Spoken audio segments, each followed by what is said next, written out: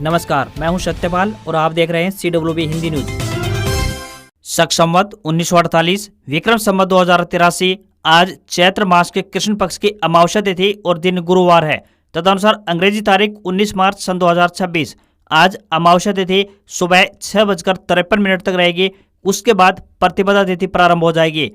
आज से ही हिंदू नववर्ष और चैत्र नवरात्रि का भी शुभारंभ होने जा रहा है। हिंदू नववर्ष की शुरुआत के साथ चैत्र नवरात्रि के पहले दिन मां शैलपुत्री की पूजा की जाएगी। आप सभी को चैत्र नवरात्रि व हिंदू नववर्ष की हार्दिक शुभकामनाएं।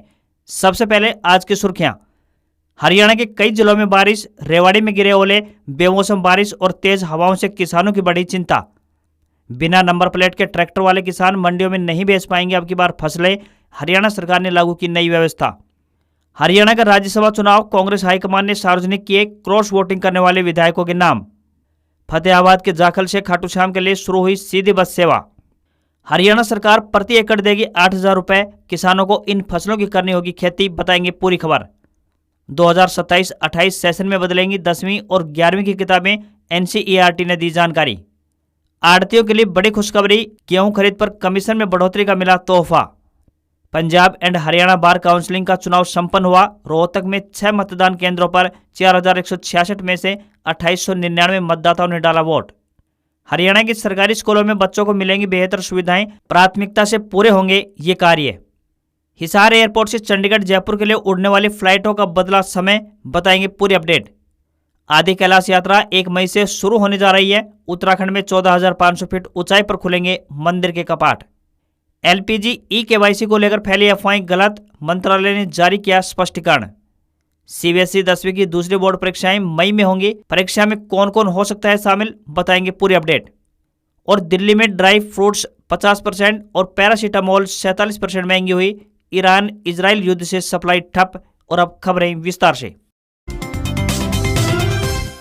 हरियाणा में बुधवार को मौसम ने एकदम से करवट ली। सुबह तेज धूप के बाद रेवाड़ी में शाम होते होते तेज बारिश के साथ ओले गिरे। वहीं भिवानी, हिसार, सिरसा, पानीपत, नारनौल और महेंद्रगढ़ में भी बारिश हुई है। नारनौल में तेज बारिश के चलते सड़कों पर पानी भर गया और बिजली गिरने से 28 बकरियों की मौत हो गई। नारनौल के गांव खेड़की में आसमानी बिजली गिरने से 28 बकरियों की मौत की सूचना मिली है। बकरी पालक गौरव की हालत भी गंभीर बताई गई है। वहीं मौसम विभाग ने 19 और 20 मार्च को बारिश के साथ कुछ क्षेत्रों में ओलावृष्टि का भी अलर्ट जारी किया है। पहाड़ों में बर्फबारी के कारण पश्चिमी विक्षोभ सक्रिय हुआ है, जिससे ये मौसम बदला है। अगले 2 दिन कई जिलों में ऑरेंज अलर्ट जारी किया गया है, जहां 40 से 50 किलोमीटर प्रति घंटे की रफ्तार से हवाएं चल सकती है।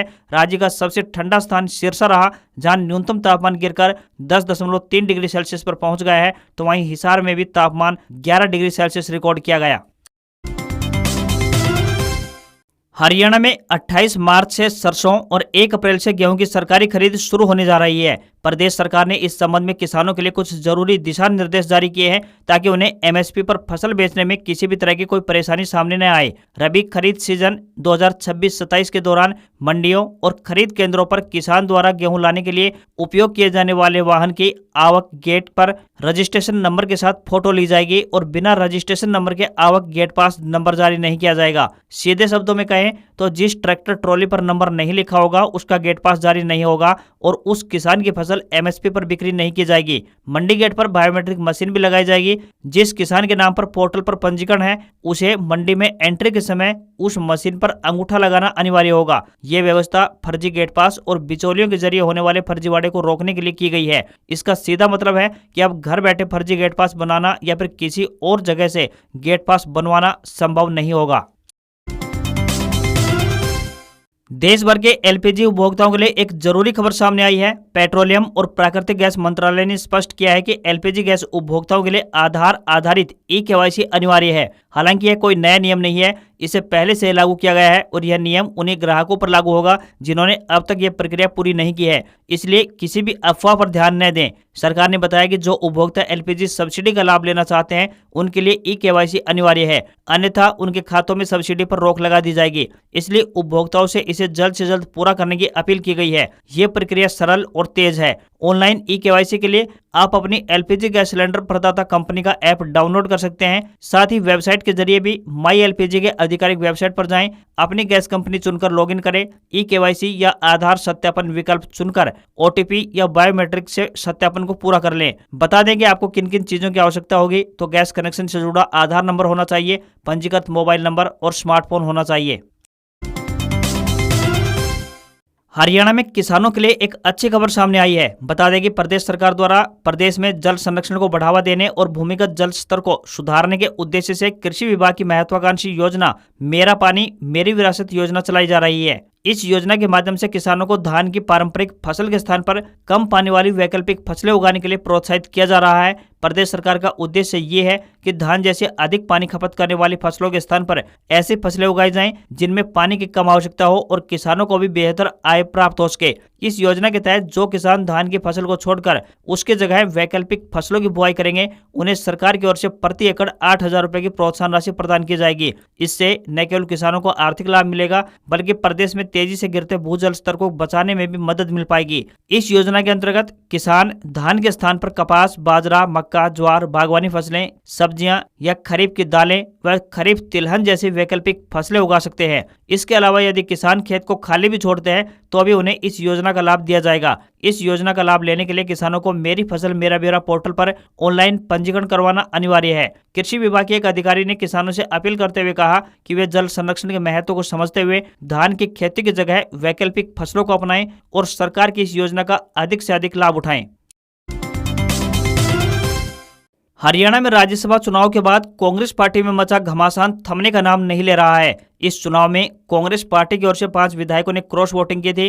पार्टी के कई नेताओं द्वारा इन 5 विधायकों के नाम सार्वजनिक करने की लगातार मांग उठाई जा रही थी। इसके लिए सिरसा से कांग्रेस विधायक गोकुल सेतिया और नांगल चौधरी से कांग्रेस विधायिका मंजू चौधरी चंडीगढ़ में कांग्रेस कार्यालय के बाहर धरने पर बैठ गए थे। धरने पर बैठे विधायकों के पास पूर्व मुख्यमंत्री भूपेंद्र सिंह हुड्डा पहुंचे, उन्हें हाथ पकड़कर उठा लिया और अपने साथ विधानसभा में ले गए। इन दोनों विधायकों का कहना था कि वोट रद्द होने वाले विधायकों में उनके नाम भी घसीटे जा रहे हैं, इसलिए नाम सार्वजनिक करने को लेकर वो धरने पर बैठे थे।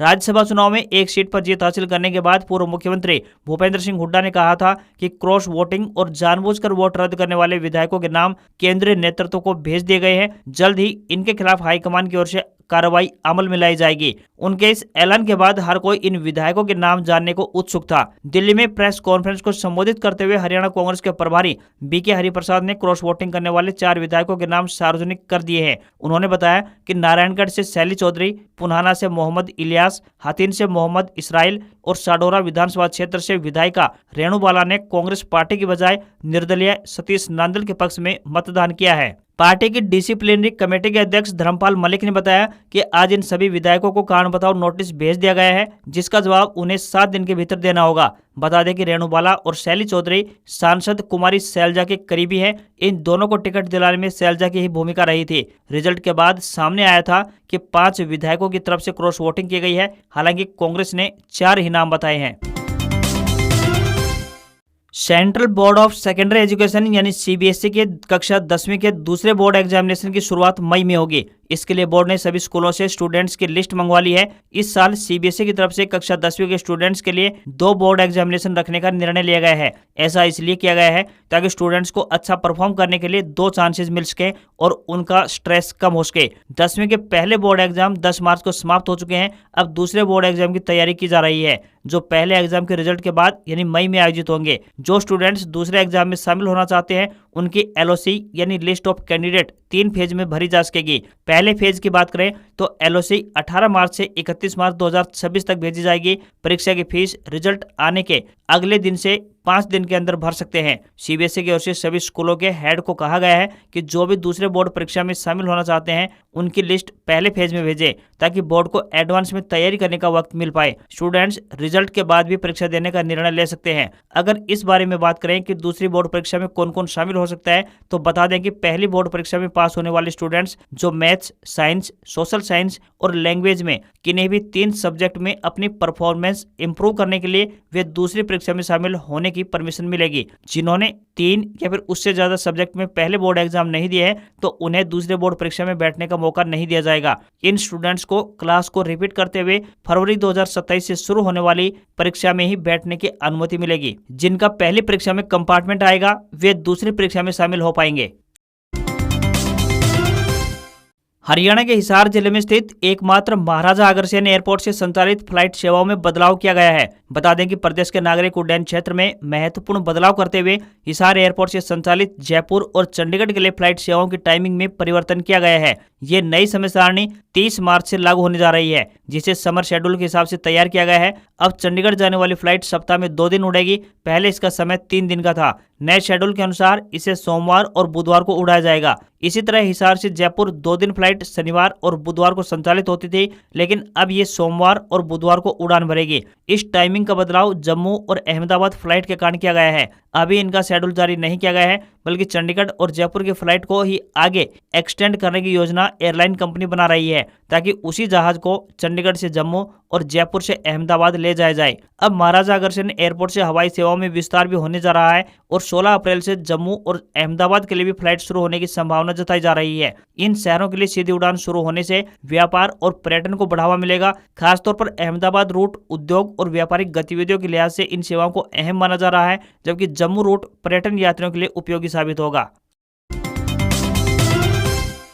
देश भर के आढ़तियों के लिए एक बड़ी खुशखबरी सामने आई है। बता दें कि केंद्र सरकार ने गेहूं की खरीद पर आढ़तियों को दी जाने वाली आढ़त यानी कमीशन में वृद्धि का बड़ा फैसला लिया है। अब केंद्र सरकार की ओर से की गई बढ़ोतरी के बाद आढ़त 46 रुपए प्रति क्विंटल के बजाय 50 रुपए 75 पैसे प्रति क्विंटल हो जाएगी। हरियाणा राज्य अनाज मंडी आढ़ती एसोसिएशन के राज्य संयोजक हर्ष गिरधर ने बताया कि इस बढ़ोतरी से न केवल आढ़तियों की लंबे समय से चली आ रही मांग पूरी हुई है, बल्कि हरियाणा के आढ़तियों को प्रदेश सरकार के अतिरिक्त सहयोग से भी और अधिक लाभ मिलने की उम्मीद जग उठी है। उन्होंने बताया कि केंद्र सरकार द्वारा निर्धारित आढ़त में प्रदेश की नायब सैनी सरकार अपनी ओर से 9 रुपए प्रति क्विंटल एक्स्ट्रा जोड़कर देगी। पिछली बार भी गेहूं और धान की खरीद के दौरान सरकार ने इसी फार्मूले को लागू किया था। आढ़तियों द्वारा लंबे समय से ये मांग उठाई जा रही थी। हरियाणा सरकार ने घोषणा की थी कि जो भी केंद्र सरकार द्वारा आढ़त तय की जाएगी उसमें 9 रुपए और बढ़ाकर प्रदेश सरकार देगी। अब गेहूं खरीद के दौरान केंद्र सरकार ने 50 रुपए 75 पैसे प्रति क्विंटल आढ़त यानी कमीशन देने का फैसला लिया है।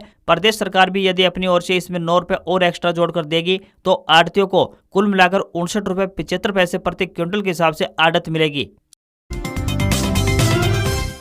हरियाणा में बिजली उपभोक्ताओं पर कई तरह के फिजूल चार्जेस थोपकर उनकी जेब ढीली की जा रही है। बिजली बिलों के साथ फ्यूल सरचार्ज, फिक्स चार्ज और इलेक्ट्रिसिटी चार्ज जुड़कर आ रहे हैं, जिससे उपभोक्ताओं को हर महीने बिजली बिल के साथ इन चार्जेस के लिए अतिरिक्त पैसे का भुगतान करना पड़ रहा है। करीब 40 पैसे प्रति यूनिट फ्यूल सरचार्ज बताया जा रहा है। गांव में बांटे जा रहे बिजली बिलों में म्यूनिसिपल टैक्स भी जुड़कर आ रहा है। इससे ग्रामीण उपभोक्ताओं में संदेह की स्थिति बन रही है। गांव के बिलों में पंचायत टैक्स जुड़कर आता है, जबकि इस बार के बिलों में पंचायत टैक्स की बजाय म्यूनिसिपल टैक्स जुड़कर आ रहा है। यह किस तरह से बिलिंग हुई है, इस पर निगम की तरफ से अभी स्पष्ट नहीं किया जा रहा है। कई उपभोक्ता बिल देखकर बिजली बिल काउंटर्स पर भी पहुंच रहे हैं, लेकिन म्यूनिसिपल टैक्स को लेकर कोई स्पष्टीकरण अभी तक नहीं दिया जा रहा है। फ्यूल सरचार्ज की बात करें तो ये हरियाणा रेगुलेटरी कमीशन द्वारा कोयला यानी फ्यूल के रेट के अनुसार ये सरचार्ज जोड़ा जाता है। समय समय पर मॉनिटरिंग के बाद जितना फ्यूल का रेट बढ़ता है उसके अनुसार बिलों में राशि जुड़ती है। वहीं म्यूनिसिपल टैक्स और पंचायत टैक्स की बात करें तो शहरी एरिया में बिलिंग के साथ म्यूनिसिपल टैक्स व ग्रामीण एरिया में पंचायत टैक्स जोड़ा जाता है।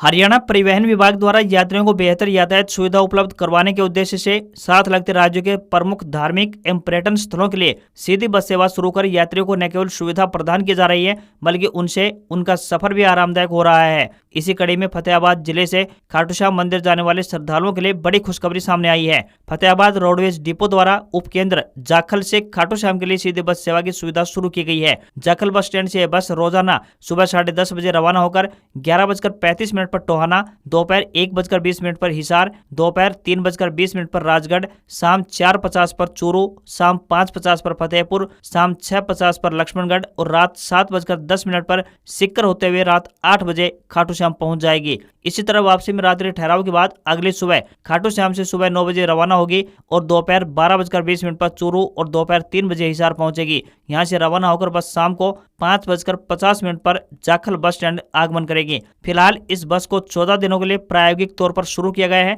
यदि यात्रियों का बढ़िया रिस्पॉन्स मिलता है तो इस बस सेवा को नियमित कर दिया जाएगा। इस बस के नियमित होने पर खाटू श्याम जाने वाले श्रद्धालुओं को फतेहाबाद और हिसार जाकर बस पकड़ने की कोई आवश्यकता नहीं होगी।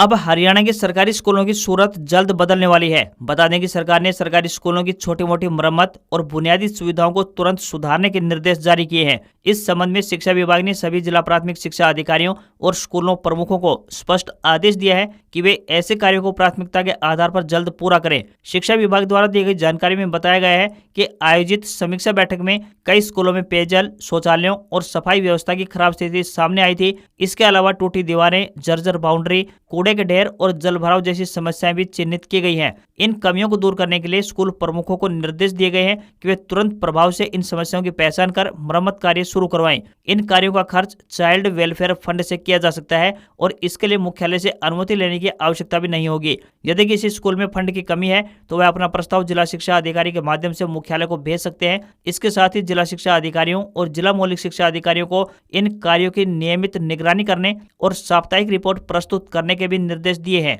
शिक्षा विभाग का मानना है कि इन अधिकतर कार्य छोटे मोटे स्तर के हैं और एक स्कूल में इन पर लगभग 1 लाख रुपए का खर्च आ सकता है। ऐसे में समय पर मरम्मत और सुधार से सरकारी स्कूलों का माहौल बेहतर होगा और विद्यार्थियों को अधिक सुविधाजनक वातावरण मिल पाएगा। इससे विद्यार्थियों की पढ़ाई पर सकारात्मक प्रभाव पड़ेगा और सरकारी स्कूलों में भरोसा मजबूत होगा।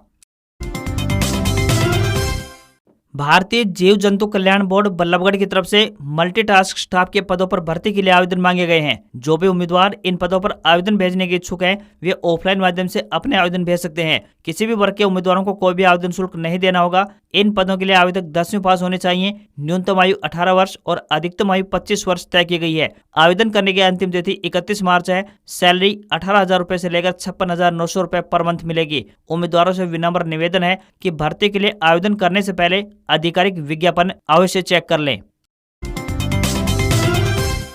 हरियाणा विधानसभा में बजट सत्र का 18 मार्च को आखिरी दिन रहा। इस दौरान सदन में राज्यसभा चुनाव को लेकर हंगामा हुआ। कांग्रेस विधायक रघुवीर काद्यान, अशोक अरोड़ा, आफ्ताब अहमद, गोकुल शेतिया ने जमकर नारेबाजी की। उधर शिक्षा मंत्री महिपाल ढांडा ने कहा कि क्या कांग्रेस स्वीकार करेगी कि उनके विधायक बिकाऊ हैं। इससे पहले प्रश्नकाल में मुख्यमंत्री नायब सिंह सैनी ने कांग्रेस विधायकों के न आने का मुद्दा उठाया। सदन में हंगामा बढ़ा तो सीएम सैनी ने कहा, ज्यादा जोर का मत बोलिए, हम भी जानते हैं जोर का बोलना। लगभग 12 बजे स्पीकर ने जैसे प्रश्नकाल की समाप्ति की घोषणा की, इस पर देर से सदन पहुंचे कांग्रेसी विधायकों ने हंगामा किया। राज्यसभा चुनाव को लेकर सीएम सैनी और कांग्रेस के विधायकों के बीच तीखी बहस हुई। लंच के बाद शुरू हुई कार्यवाही में कांग्रेस की ओर से गैस की किल्लत और बढ़े हुए दामों पर चर्चा की बात कही गई। इस पर स्पीकर ने साफ इनकार कर दिया। उन्होंने कहा कि आज सदन का लास्ट डे है, सब हंसते हुए जाओ, जरूरी है कि आप लड़कर जाओ। करीब 4:30 बजे स्पीकर ने बजट सत्र की समाप्ति की घोषणा की। सीएम नायब सैनी ने बजट पर अपनी बात रखते हुए आभार जताया। इस पर नेता प्रतिपक्ष भूपेंद्र सिंह हुड्डा ने तंज कसा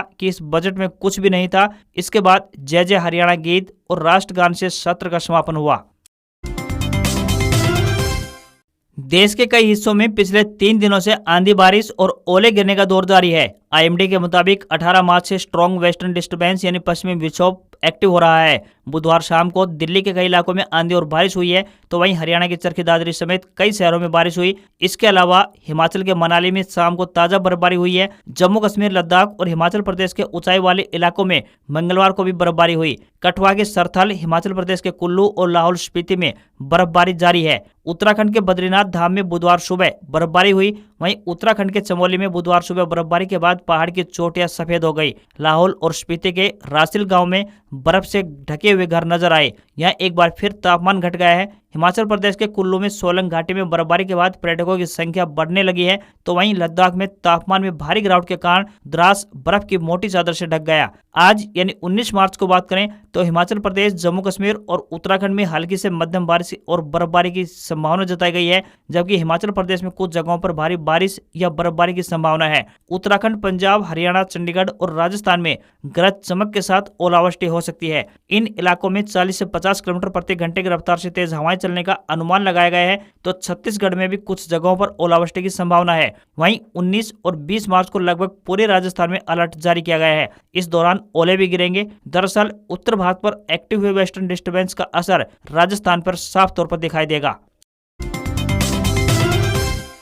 भारतीय शेयर बाजार में तेजी देखने को मिली। सेंसेक्स करीब 633 अंक चढ़कर 76,704 के लेवल पर बंद हुआ, तो वहीं निफ्टी में भी 197 अंकों की तेजी दिखाई दी और ये 23,778 के स्तर पर बंद हुआ। आईटी और रियल्टी शेयरों में खरीदारी दिखाई दी। एसबीआई म्यूचुअल फंड ने अर्बन कंपनी में एडिशनल हिस्सेदारी खरीदी है, जिसके बाद कंपनी के शेयर में 10% की तेजी रही और ये 122 के स्तर पर बंद हुआ। वहीं सोने चांदी की कीमतों में गिरावट देखने को मिली। India bullion and jewellers association के मुताबिक 1 किलोग्राम चांदी की कीमत 2,433 रुपए घटकर 2.5 लाख रुपए पहुंच गई है, तो वहीं 10 ग्राम 24 कैरेट सोना 789 रुपए गिरकर 1,55,000 रुपए पर पहुंच गया। अमेरिका ईरान जंग के कारण सोना 3 दिन में 4,218 रुपए और चांदी लगभग 16,793 रुपए सस्ती हुई है। आज खबरों में बस इतना ही। देखते रहिए आपका अपना हरियाणा का सबसे बेहतरीन news channel CWB Hindi news. नमस्कार। इसी आशा के साथ आपका दिन शुभ रहे। चलते चलते एक बार फिर से आप सभी को नववर्ष और नवरात्रों की हार्दिक शुभकामनाएं।